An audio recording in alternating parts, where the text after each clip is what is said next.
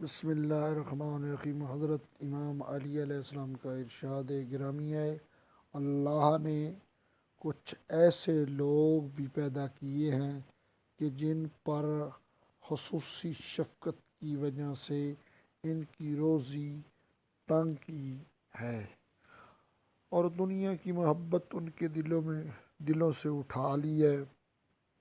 وہ لوگ اس آخرت کے طلبگار ہیں کہ جس کی طرف اللہ نے ان کو طلب کیا ہے، اور وہ مالی مشکلات اور دنیاوی پریشانیوں پر صبر کرتے ہیں، اور وہ ابدی اور سرمدی نعمتوں کا اشتیاق رکھتے ہیں کہ جو خدا نے ان کے لیے تیار کر رکھی ہے۔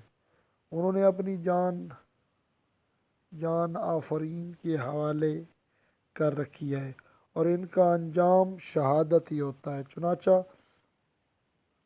جب وہ آخرت میں پہنچیں گے تو خداوند عالم ان سے راضی ہوگا، اور جب تک وہ اس دنیا میں ہیں ان کو علم ہے کہ ایک نہ ایک دن سب کو مرنا ہے، اس لیے وہ توشہ آخرت جمع کرنے میں مصروف رہتے ہیں اور سونا چاندی اور مال اور دولت جمع نہیں کرتے۔ وہ سادہ لباس پہنتے ہیں، کھانا کھانے پینے میں بے جا خرچ نہیں کرتے، اور جو کچھ بچتا ہے وہ راہ خدا میں خرچ کرتے ہیں۔ آگے چلتے ہیں، راہ خدا میں دے دیتے ہیں تاکہ ان کی آخرت کا توشہ ہو، ان کی آخرت کا سامان ہو، ان کی آخرت کے لیے اعمال ہوں۔